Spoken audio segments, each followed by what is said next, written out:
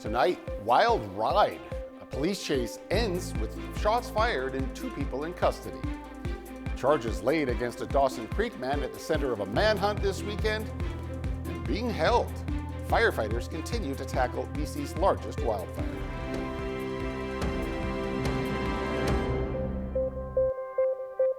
Good evening and thank you very much for joining us. And we begin tonight with a high-speed chase that started near Dawson Creek early this morning. It ended with a destroyed police truck and 2 suspects in custody.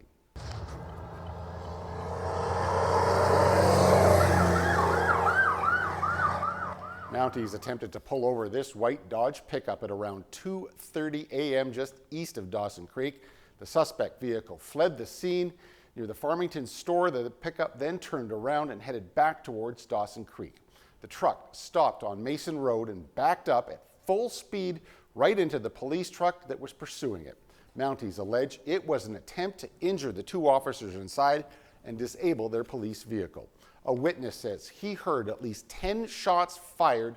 Dawson Creek RCMP cannot confirm the direction of those bullets pending their investigation.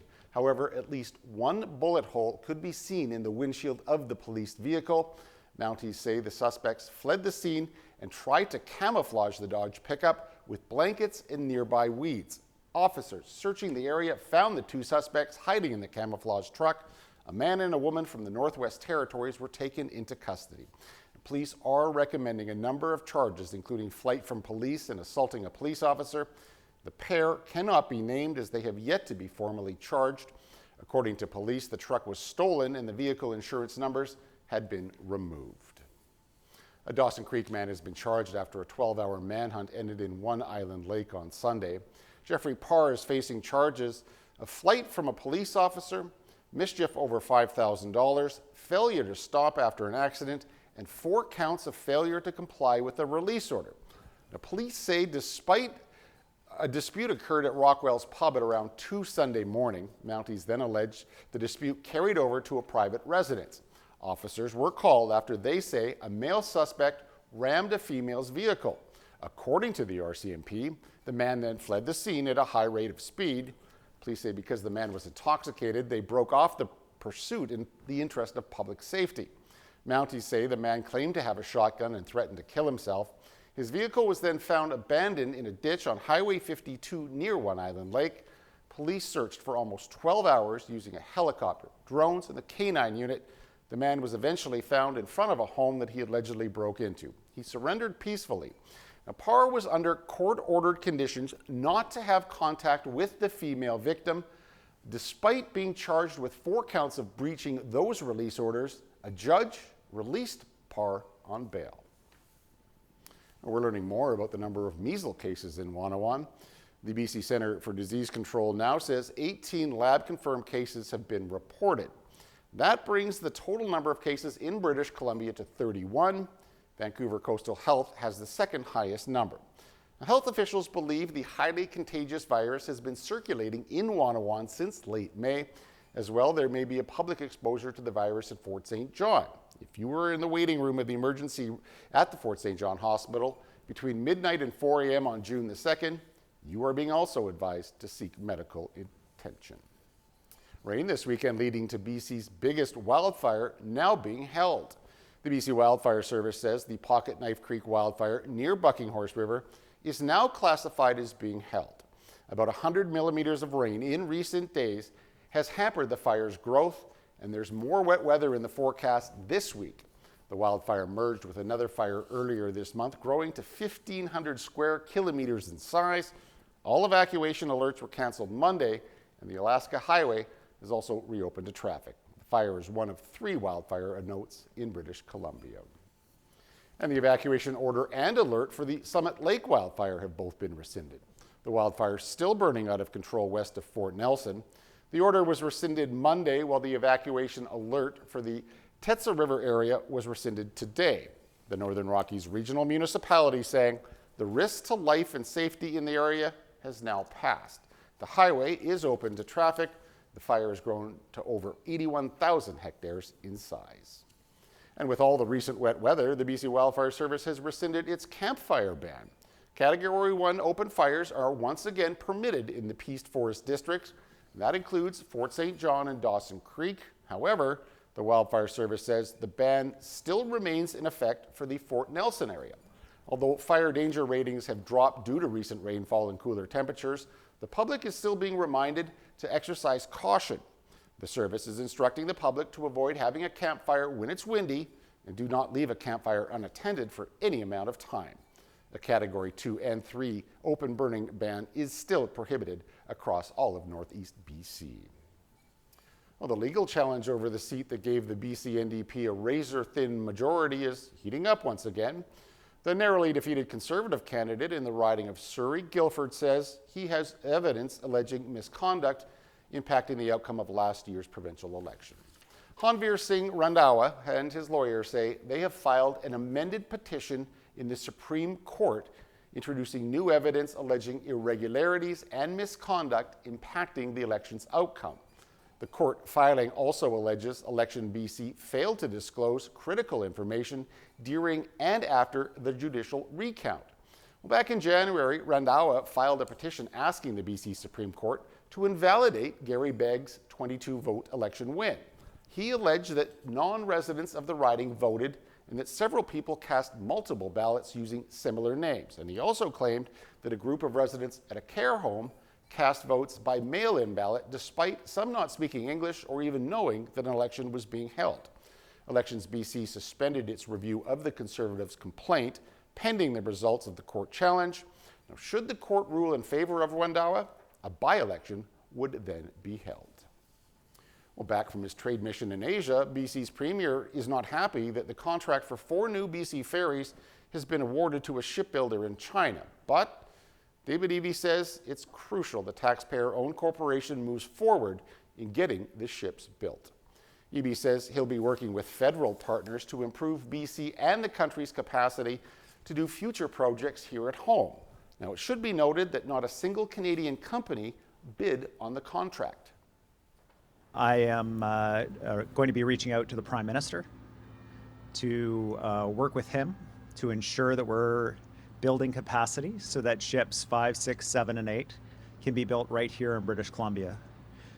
It's important to me that wherever we can, we're building Canadian, we're creating Canadian jobs.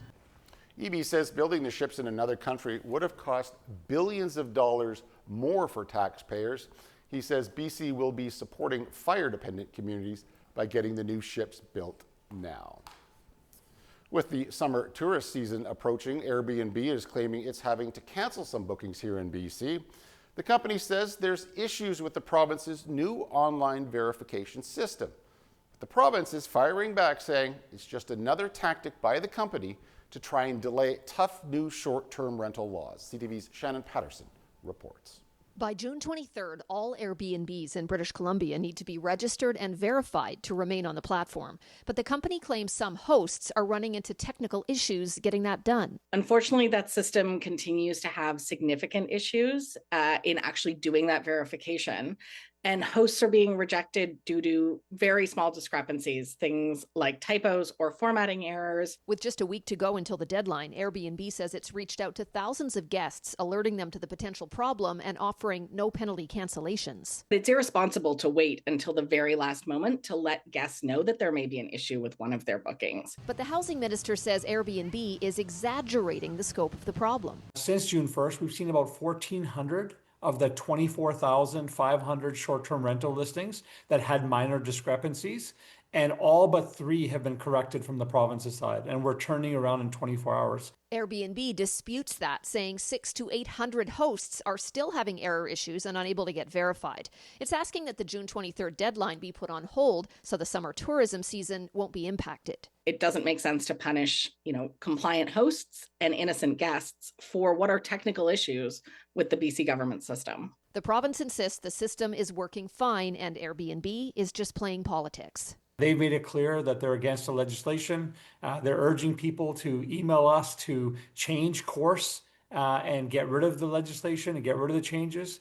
But we're not going to do that. He says the June 23rd compliance deadline will stand. If they choose to cancel listings That is up to them. They don't need to, as long as a person is registered with the province and has correct information. For guests concerned about their Airbnb bookings in BC this summer, we have reached out to impacted guests at this point. So if you haven't heard from us at the moment, that means there's not a problem with your booking.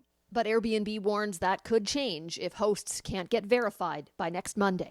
Shannon Patterson, CTV News. Canada should lower the starting age for colorectal cancer screening from 50 to 45 as rates of the disease rise among young people. That, according to a prominent cancer advocacy group. Colorectal Cancer Canada is calling on provinces and territories to promote and provide stool tests to people beginning 5 years earlier than is practiced today. It claims this would result in more than 12,000 fewer cases and save more than 5,000 lives over 40 years. Colorectal cancer is the second leading cause of cancer death in Canadian men, and it's the third leading in women. But critics say lowering the starting age could put more pressure on our public health system, already strained resources. An Alberta MP has officially resigned from his position, opening the door for federal Conservative leader Pierre Poilievre to take his place. Conservative Damien Keurig is stepping down as MP in the riding of Battle River-Crowfoot, paving the way for Poilievre to run in a by-election. Keurig promised just after April's election that he would vacate the position after Poilievre lost his seat in the Ottawa riding of Carleton. The by-election can now take place as early as August. Despite President Trump's early departure, the G7 Leaders Summit continued in Alberta today with a focus on defense and security, especially Ukraine. Ukrainian officials say Russian attacks killed at least 15 people and injured 156 others overnight. Most of those casualties were in the capital, Kyiv. CTV's Mike LeCouture reports. With a heavy heart, Ukraine's president came to Kananaskis hoping for more support from G7 leaders. But the latest attack cast a shadow over his visit. Our families had a very difficult night. It's one of the biggest attacks from the very beginning of this war. 440 Shaheeds, Iranian drones, and 32 missiles. Inviting Volodymyr Zelensky was part of a show of support from world leaders gathered here as the war with Russia rages on. And Canada has gone one step further, announcing today military aid and sanctions. We are providing additional military assistance, drones, helicopters, broader munitions, over $2 billion worth of assistance directly to Ukraine. And there's a $2.3 billion loan to help Ukraine rebuild its infrastructure.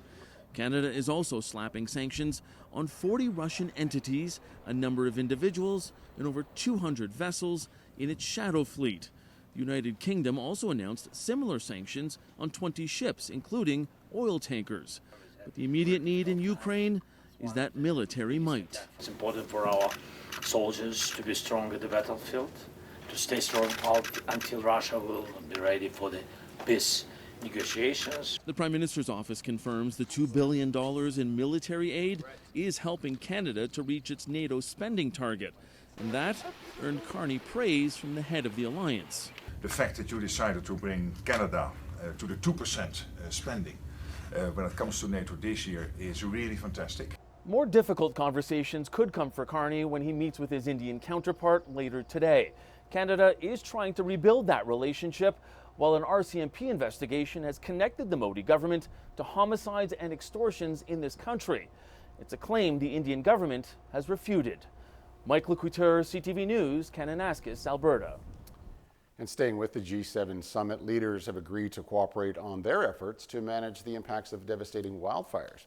The Kananaskis Wildfire Charter outlines steps that all G7 countries and 5 non-G7 members intend to take on wildfire prevention, research, collaboration, and community rebuilding efforts. During last year's summit, leaders agreed to prevent and manage the negative impacts of wildfires, but did not outline specific plans. This declaration comes as Canada battles yet another devastating wildfire season. Well, there's no sign of de-escalation on day 5 of the fighting as Israel and Iran exchange more strikes again today. Iran lobbing another wave of missiles at Tel Aviv and the north. Israel hitting deeper into Iran. CTV's Adrian Gabriel has more on the Canadians caught in the middle of the crisis. This missile launch from an unknown location inside Iran claims to show an Islamic Revolutionary Guard warhead slicing through the sky towards Israel. At an Israeli air base, an F-15 Eagle fighter jet takes off, strapped with munitions, destined for targets in Iran. This young child in a bicycle helmet is among those surveying this gaping crater in central Israel north of Tel Aviv from an airstrike Tuesday morning. Canadian-Israeli Raphael Posh is a paramedic who's worked in multiple conflict zones. The father of two from Toronto says Iran's counterattack feels far more threatening than what he and his family have grown accustomed to in recent years. If one of those missiles hit, it takes down a city block, as opposed to one of the missiles from Hamas would hit. It takes out an apartment, a room, a hole in a building, depending on the size of the rocket. So there's definitely a lot more of a worry, and there's a lot more of a feeling of urgency. Hamilton, Ontario doctor Paned Baranju took this video following an Israeli airstrike on a building down the street from his family's apartment in Tehran. It's terrifying, and I was only probably 700 meters away from the blast site. Baranju is one of the fortunate few to have been allowed to cross into Turkey at a land border. Forced to leave his extended family behind, he took this video of his last moments in Iran as the flash of rockets could still be seen in the sky. And then I had to sort of leave and say goodbye to them in Tehran, which was very emotional. Especially my mom, because she hugged me and said, "This is the last time I see you." It's possible, but as sad as it is for me to say. As of today, at least 224 people have been killed in Iran, 24 in Israel, since the fighting began 5 days ago. On his own social media site, President Donald Trump posting that the U.S. knows exactly where Iran's supreme leader is located, calling him an easy target, though vowing not to kill him, saying, quote, "At least not yet." Adrian Gobrel, CTV News, Toronto.